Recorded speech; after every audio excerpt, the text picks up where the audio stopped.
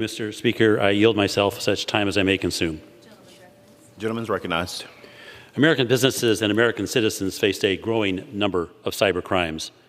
Cybercrime is a particularly complicated form of criminal conduct and one that costs Americans billions of dollars a year in theft.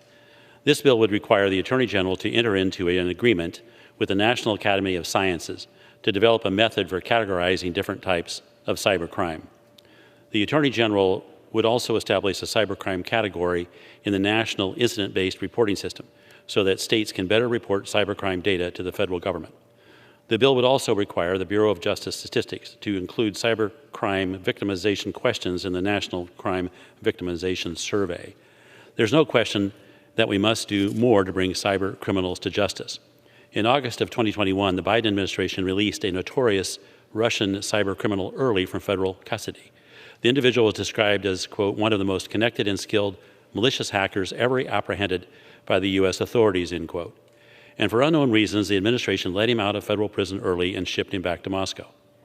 We've asked the Biden Justice Department for more information about its early release of this cyber criminal, but we've received nothing as of yet.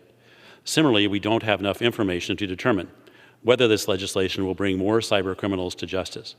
We haven't heard from relevant stakeholders on these issues, and we haven't held hearings with experts to determine whether this is the right step at this time.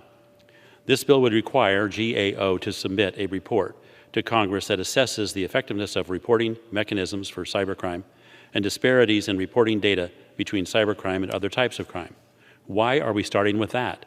Why are we making changes to cybercrime reporting mechanisms before the GAO can evaluate whether the existing reporting mechanisms are effective?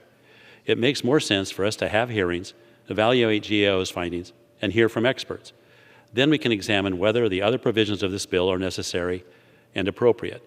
In another instance of putting the cart before the horse, the Judiciary Committee is scheduled to hear from Brian A. Vorndran, the Assistant Director of Cyber Division at the FBI, tomorrow. Perhaps we should have waited to see what he had to say before rushing this legislation to the floor.